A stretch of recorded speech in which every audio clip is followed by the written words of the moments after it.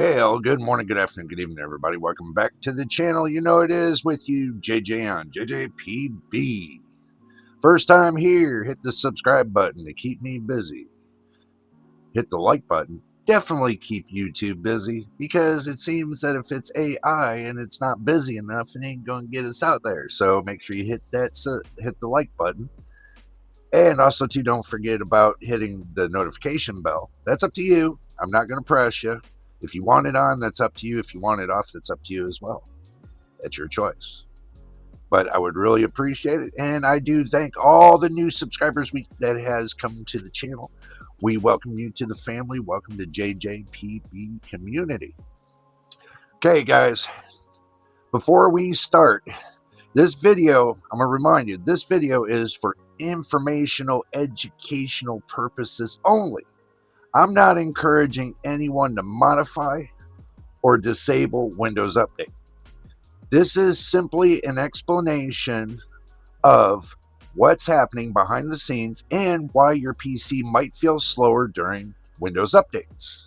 So heed my warning. This is just a disclaimer to you guys. I'm doing this so that way my video will stay up and YouTube won't demonetize it. So hang with me till the end and you'll be able to hear it all. Because Windows Update used to be simple, guys. Remember, I'm going to tell you something. Sorry, I had to scratch my head. I came from the era of all the way back when Windows was not a thing. Okay? Not even Windows 95 was a thing. Back in the Windows 3.1 era kind of thing. Just to let you know this. So you have to really understand. I know all the operating systems very carefully. I've dealt with all the operating systems. I've built with all the operating systems. I know all the operating systems. And I know when Microsoft pulls their little quirks. So we'll get through this together. So just stick with me. If you installed a few patches, restarts, and move on, basically. So you have to understand, Windows Update used to be simple. But now every time you see that blue screen saying, well, it could be blue screen, black screen, we don't know what kind of screen, they keep changing it. But when you see it and your PC restarts and you see it working on the updates, it feels like your PC is stuck in a time loop. I just did recent updates, and I'm going to tell you, I kind of cringe a little bit. But the progress bar crawls. We know that. The fans spin. At least that's a cool thing. Because if they didn't, you'd be screwed. And you start wondering if something's broke. Because the spinning wheel, everybody always calls it the spinning wheel of death. I call it the spinning wheel of life. The truth is, your computer didn't break. Microsoft changed how updates work, guys. And the results is a lot slower. Heavier processes that's supposed to make your system safer, but ends up testing your patience. You got to have a lot of patience doing Windows updates, guys. Lots of patience. Because years ago, updates were modular. We know this. Each patch fixed one thing, and Windows applied them individually. They used to. You could install one, reboot, and then keep working. But Microsoft decided that was inefficient. They moved to cumulative updates where every patch includes all previous fixes. That sounds great. One update instead of 10, but it means your system has to reevaluate. Everything is already what it knows. Every driver, every registry key, every security baseline gets checked again. It's not just installing, and it's just not installing, it's rebuilding your trust to your entire operating system.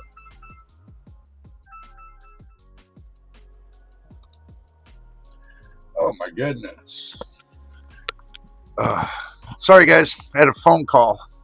I had to run out of the room. Now I'm back. Now let's continue with where I left off. So, we're already talking about the rebuilding of your operating system. Now, that's why Windows restart phase takes so long. When you click restart to finish the updates, let's say, when you click it and it restarts, Windows enters what called the commit phase. Basically, you're committing. It's not just copying files, it's verifying digital signatures, rewriting system images, and re-registering components. It's like reassembling the engine of your car, you know, while it's still running, basically. I know that's going to be difficult. I'd love to see somebody work on a car while it's running. That's going to be interesting. But Windows does that. The more complex your system becomes, the longer it takes. And if you've got older hardware, spinning drives, or tons of background services, that delay, it just multiplies, guys. Microsoft's goal was to make Windows updates safer, more reliable.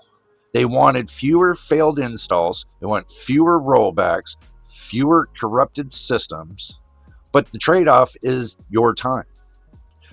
The new update model prioritizes integrity over speed. It's checking compatibility with the drivers, the firmware, and even secure boot. We just got done doing videos on that, so go have a watch on those. And I'll leave the link in the description for the secure boot videos, so that way you guys can go watch them if you don't see them. But we got to look, it's even the status before it even commits changes with secure boot, your firmware, your drivers, and so on. That's why you'll see your PC restart twice or hang at 30%. It's validating every layer of the boot chain. And here's the irony, guys. Doing updates one by one used to feel slower.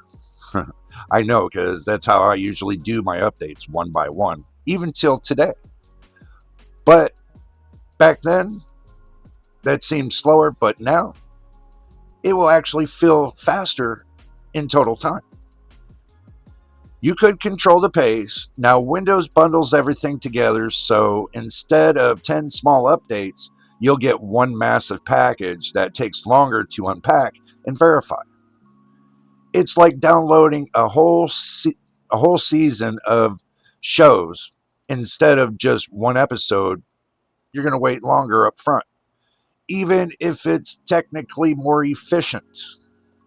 Another reason updates feel slower is Microsoft telemetry. Microsoft Windows collects diagnostic data during the update process. And I wish they would stop. But it's to track the performance and failures. So this is giving them a heads up where it's failing and where they can go to succeed. That means your system is writing logs, sending reports, and waiting for confirmation before moving to the next stage. It's invisible, but it adds up seconds or minutes on every reboot.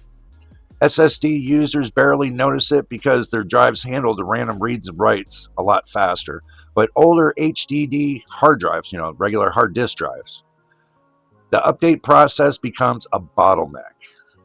The disk thrashes, the CPU spikes, and the system feels like it's frozen. It's not broken. It's just busy verifying thousands of files that used to be patched individually. You know what I mean? So, what can you do? That's the question. You can't really make Windows updates faster. You really can't. But you can make it smarter. You can schedule the updates for off hours. Don't stack optional updates with security ones. Install them separately, which I do. Keep your drivers current, your hardware drivers, keep them current, so Windows doesn't have to reevaluate outdated components like your hardware drivers. And if you're on older hardware, consider pausing updates until you have the time to let them run uninterrupted. You don't want that. You want to be able to walk away from it. Because I know, I'm going to tell you a little story. Back in the 286 days, the CPU, the 286 CPU, when the World Wide Web did come about and they started doing Microsoft updates, yeah, it was a 4-hour process. Minimal 4 hours. Sometimes it could take 6 to 10, even a whole day. So I would think about,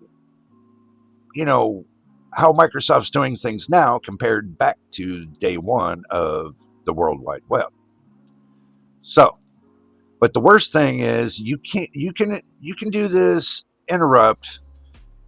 You can interrupt the update mid-process if you want. But if you do, that's how corruption happens. You don't want to do that.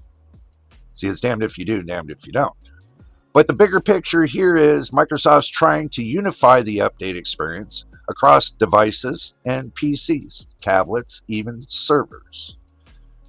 They want consistency, not speed.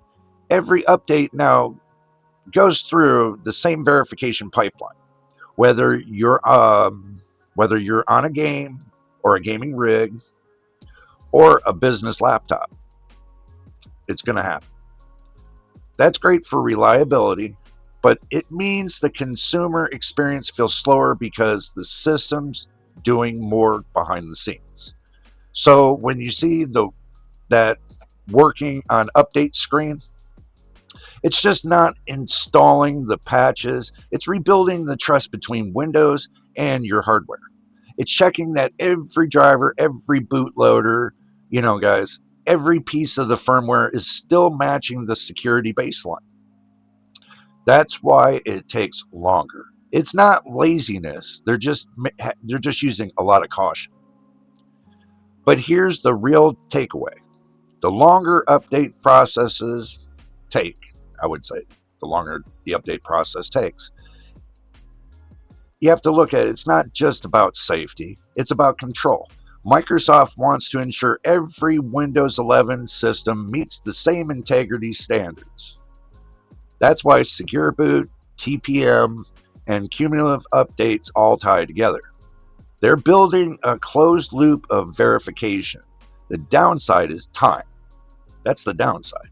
But the upside is stability. And that's what we all been looking for, especially when you're gaming. So keep that in mind. So the next time your PC takes forever to restart, remember, it's not just updating. It's auditing itself. It's making sure nothing slipped through the cracks. And while that might cost you a few extra minutes, it's the price of a system that's trying to protect itself from the inside out. Still, guys, it's fair to ask whether the trade-off is worth it.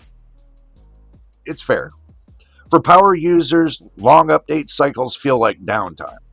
For average consumers, it's frustrating. Microsoft's challenge now is to make that process smarter, less intrusive, more transparent, and faster without sacrificing security. Until then, the best you can do is plan around it. Keep your system clean and understand what really is happening when that blue screen says, please do not turn off your computer, or black screen, or whatever kind of screen. They always keep changing. Because that message, Windows isn't just updating and rebuilding trust. It's one reboot at a time. Just one reboot. Guys, going back from the beginning of time, I know I'm sounding like I'm beyond Jesus, but going back from when they first started to now, I can tell you this. I would wait the couple extra minutes other than going and waiting a whole day just to get the updates, even for Windows 98. Not everybody had powerful systems back then. They had average systems, which are 1/10 of what we have today. So if you got to wait that extra couple minutes just for it to reboot and go into its cycle, it's going to reboot a couple times. But also, too, Microsoft is adding one thing to it, that if it gets stranded, basically if the wheel stops spinning and it's stuck there, it'll automatically fix itself. We'll come to another video about that on another time. And make sure you guys stick around for that one too, because we'll give you some more information on that. But guys, hope you understand the reboot process is a little bit of a wait, but have patience. Take patience, take time, go get a sandwich, go get a drink, have a smile, go watch your favorite show while Windows is in the reboot process. And I'll tell you what, today and going back to long time ago, I would take 2 minutes over one day. Trust me, I would take 2 minutes over one day, as my reboot updates only take 2 to 3 minutes max. So it shouldn't take you that much longer. I have a solid state drive, yes. I don't have a hard disk drive that it has to boot through. But if you do have a hard disk drive, then it's going to be a little bit slower and it's going to take a little bit more time. Best route to go is stay on a solid state drive, because it would boot a lot faster. It will calculate everything a lot faster and you'll be a lot happier. Said and put. Anyway, guys, if you made it to the end of the video, we do appreciate you, and we appreciate you made it all the way to the end. But if this is your first time here, hit the subscribe button. You guys got to keep me busy. I mean, you don't want me slacking, missing videos, so you need to keep me busy. And what I mean by keeping me busy, I'm doing a lot of research on all this stuff that we're talking about. Even today, even when I did the secure boot videos, go check those videos out. I got a couple of them on there.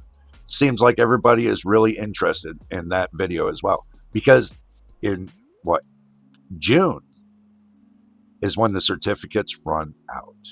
But anyway, guys, just remember, subscribe, hit the like button. Always keep YouTube busy, because they have no alternative but to push my videos out. But anyway, till the next time in the next video, you know what it is. Guys, we'll see you on the next one.